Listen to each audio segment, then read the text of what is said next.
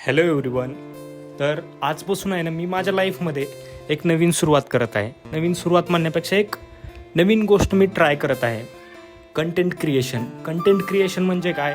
आपण सोशल मीडियाचा जो वापर करतोय तो कुठंतरी स्वतःमध्ये घडवून आणायचा प्रयत्न करतोय.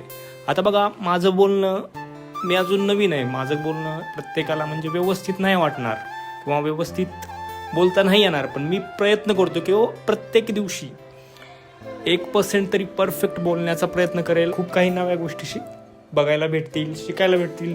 जी काही माझी लाईफस्टाईल आहे, जे काही मी डेली जीवनामध्ये करतो, डेली रुटीनमध्ये करतो, हे सगळं मी माझ्या आहे ना या यूट्यूब चॅनलवरती टाकणार आहे.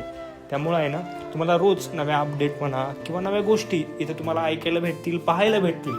आणि तुम्हाला इथून काही ना काहीतरी नवीन मोटिवेशन म्हणा किंवा कुठल्याही गोष्टी माझ्या लाईफमधील जर तुम्हाला तिथून काही शिकता आलं, काही तुम्हाला म्हणजे एक्सपिरियन्स करता आलं किंवा काही मनोरंजन करता आलं, हे पण तुम्हाला या माझ्या ब्लॉगमधून आहे ना दिसणार आहे.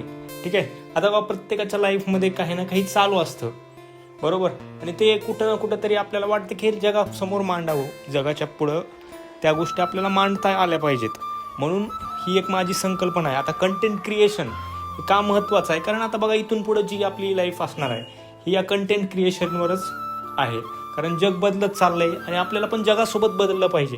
म्हणून हे कंटेंट क्रिएशन, म्हणून हे व्लॉग काढायचं मी ठरवलेलं आहे. तर आजचा व्लॉग आहे जो आहे तो मी आहे ना महादेव मंदिर, पिंपळे सौदागरचं महादेवचं जे मंदिर आहे याच्यापासून सुरुवात करतोय. कारण प्रत्येक गोष्टीची सुरुवात ही चांगल्या कामापासून झाली पाहिजे.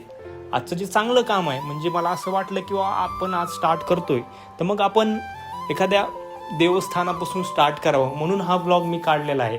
आता याच्यामध्ये नवीन असं काहीच नाही आहे किंवा मी काही सांगत आहे की हे पुरातन मंदिर आहे किंवा काय आहे. हे फक्त मंदिर याच्यासाठी घेतलंय किंवा देवाचा सहवास कुठं ना कुठं आपल्या लाईफमध्ये असतो.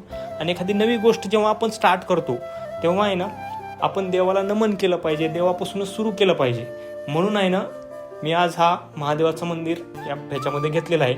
आणि तिथं गेल्यानंतर माझ्या मनाला जी शांती भेटते, मला जे समाधान भेटतं, हे खूप महत्त्वाचं आहे.